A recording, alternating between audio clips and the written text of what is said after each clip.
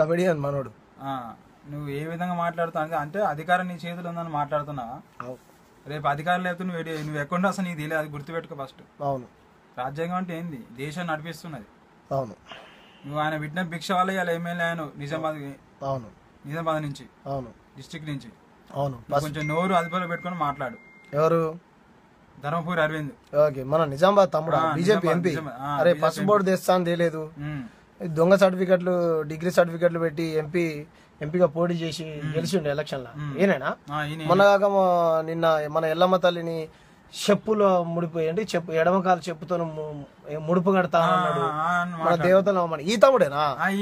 అరే తమ్ముడు ధర్మపురి అరవింద్, నేను తక్కువ చూస్తుంటాను అప్పుడప్పుడు, ఆ బూతులు మాట్లాడుకుంటూ టీవీలలో వస్తుంటాం. కానీ ఇడవడరానేమో పనికిరానోడు, అసలు వీడిని ఎట్లా ఎంపీ చేసిరని నేను అప్పుడప్పుడు ఆశ్చర్యపోతున్నా. కానీ రీసెంట్గా నీ వీడియో ఒకటి వచ్చింది తమ్ముడు నా దగ్గరికి, ఇన్నాక నీకు ముచ్చట చెప్తాను నేను. ఇన్ తమ్ముడు, రాజ్యాంగం మార్చే హక్కు మాకున్నది పార్లమెంట్ లో.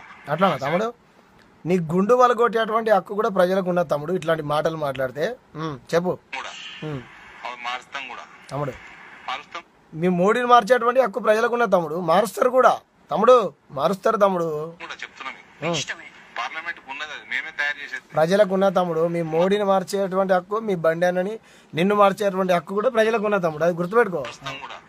మాకు సెక్యులర్ పదం తీసేయాలా రాజ్యాంగం? మాకు ఈ దేశంలో మత కలహాలు రేపేటువంటి తీవ్రవాదుల్ని ఏమంటారు, ఈ దేశం నుంచి తరిమేయాలని అంటే మేము కూడా పార్లమెంట్ లో మనకు మెజారిటీ ఉన్నప్పుడు చట్టం చేస్తాం. ఇట్లాంటి దుర్మార్గులంతా కసబ్నో గిజబ్నో తీసినట్టు తీస్తాం 100% తమ్ముడు. చెప్పు. ఓకే తమ్ముడు, అంతేనా నీ బాధ? సెక్యులర్ అనే పదం నాకు నచ్చట్లేదంట, తీసేస్తారంట పార్లమెంట్ లో, మనోడికి మెజారిటీ ఉందని తీసేస్తాంటాడు. ఓకే తమ్ముడు, అయినా నువ్వు ఆఫ్టర్ ఆల్ ఎంత తమ్మి, నువ్వు ఒక ఎంపీ, నువ్వు ఏమంటావు? ఎంపీ అది కూడా నువ్వు దొంగ సర్టిఫికెట్లు పెట్టి ఏమంటారు ఎన్నికల పోటీ చేసినావంట. నీ ఎన్నికల అఫిడవిట్ తీస్తే నీ కథ మొత్తం తేలింది, బయటపడుతుంది. నువ్వు బైండ్స్లో హిందువుల ఇండ్లు తగలబెట్టింది నువ్వే అంట, పొరగాలని అందరినీ ఉసిగొలిపి. నీ కథ మొత్తం అక్కడ ఉన్నటువంటి ఎంక్వైరీలు తేలింది, పోలీస్ స్టేషన్లో నేను రిపోర్ట్ తీసుకున్న, దాని కథ మొత్తం నా దగ్గర ఉన్న తమ్ముడు.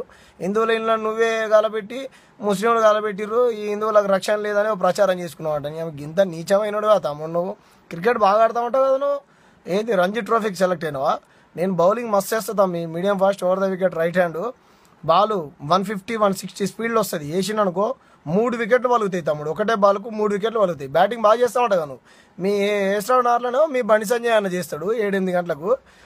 తలుపు దగ్గరనేమో మనోడు ఎవరు మల్లిగాడు, దొంగ మల్లి, చోట నయం గాడు గన్మెన్ ఉంటాడు. నువ్వు క్రికెట్ ఆడతావా? సరే ఆడితే ఆడినావు, కానీ గ్రౌండ్లోకి రా, మన ఇద్దరం ఆడదాం తమ్ముడు. నేను బౌలింగ్ మస్తు చేస్తా, ఒక్కటే బాల్కు నీ 3 వికెట్లు పలుగుతాయి తమ్ముడు. ఇట్లాంటి మాటలు నువ్వు బంద్ చేసుకోకపోతే ప్రజలు నిన్ను తలకే పలుకొడతారు, కానీ నేను మాత్రం బౌలింగ్తో నీ 3 వికెట్లు పలుకొడతా తమ్ముడు. ఎందుకంటే నీ ఇంటర్వ్యూ చూసినా నేను, అమ్మాయి ఒడ్రావిడాన్ని తీస్తే బీజేపీ ఎంపీ అని తేలింది, నువ్వు నిజామాబాద్ బీజేపీ ఎంపీ అని తేలింది తమ్ముడు. ఇట్లాంటి మాటలు మాట్లాడకు తమ్ముడు నెక్స్ట్ టైము. ఎందుకనంటే నిన్నగాక మొన్ననేమో ఎల్లమ్మ తల్లికి ఎడమకాలి ముడిపు కడతామని అన్నావు, తర్వాత సారీ చెప్పినావు. మరి తర్వాత నిన్ను కూడా సంపుడు చంపి సారీ చెప్తారు ప్రజలు. నీ ఇష్టం తమ్ముడు, నువ్వు అప్పటిదాకా తెచ్చుకోకు, ఇప్పుడే క్షమాపణ చెప్పు. భారత రాజ్యాంగ నిర్మాత బాబాసాహెబ్ అంబేద్కర్ కాళ్ళ దగ్గరికి పోయి మోకరిల్లి దండం పెట్టి, వీలైతే పాలతోనో నీళ్ళతోనో కడిగి నన్ను క్షమించని చెప్పు. అవి 2 లేకపోతే నీ నాలుగుతో నాకి బూట్లు శుభ్రం చేసి దండం పెట్టుకో తమ్ముడు. అయినా సరే నేను క్షమిస్తాననే గ్యారంటీ అయితే నాకైతే లేదు. ఏమంటున్నావు? ఇంకోసారి ఇందాం అంటున్నావా? ఒకసారి ఇందాం తమ్ముడు, వీనికి వేస్ట్ అవ్వ, టైం వేస్ట్ చేసుకోవడం. రాజ్యాంగం మార్చే హక్కు మాకున్నది పార్లమెంట్ లో, మార్చడం కూడా తమ్ముడు, మారుస్తాం కూడా చెప్తున్నా మీకు. పార్లమెంట్ ఉన్నది, అది మేమే తయారు చేసేది. మారుస్తాం కూడా. మాకు సెక్యులర్ పదం తీసేయాలా రాజ్యాంగం నుంచి అంటే మాకు ఉంది హక్కు, తీసేయచ్చు మేము. తీసేస్తావు తమ్ముడు.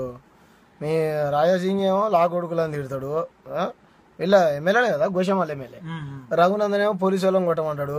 మన బండి సంజయ్ ఏమన్నామో ఏమంటాడు దళిత మోర్చా సభ అని ఒకటి పెట్టుకున్నాడు, జై భీమ్ జెండాలను ఊపినాక అంబేద్కర్ బొమ్మని కిందలేసి కాళ్ళతో దొక్కిరంట.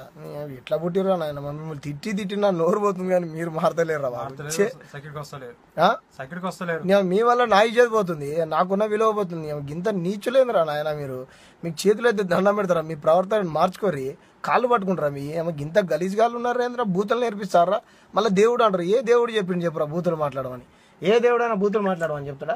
రాముడైనా కృష్ణుడైనా యశ్వ్రభైనా అల్లా అయినా అందరు మంచిగా ఉండాలని అనుకుంటారు, కానీ ఈ అమన్ పేలని బూతులు మాట్లాడతారు.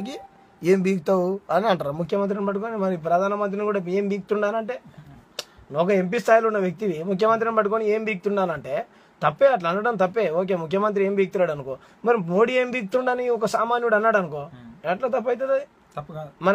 మన దేశ ప్రధానిని మనం ఏమంటారు ఇన్సల్ట్ చేసుకున్నట్టే కదా. మరి ఈ సంస్కృతిని పెంచి పోషించేది ఎవరు? ఈ బీజేపీ. మనకు ఏం పేరు ఆయన పేరు? ధర్మపురి అరవిందా? మనోడు ఎవరు? మన నిజామాబాదు, సారీ కరీంనగర్, మా బండి సంజయ్ గుండు. ఏడు దొరికిర్రా నాయనా మీరు. చల్, పొద్దున్న మీకు తెల్లారు లేస్తే బూతులేనారా మాట్లాడేది?